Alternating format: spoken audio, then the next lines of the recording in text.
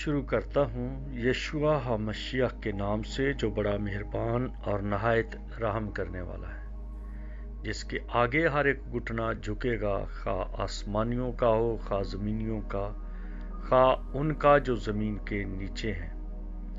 MCM university کے تمام students اور مبارک منسٹری کے ساتھ مل کر خدمت کرنے والے بھائیوں بہنوں کو سلام، شالوم، جے مسیح کی۔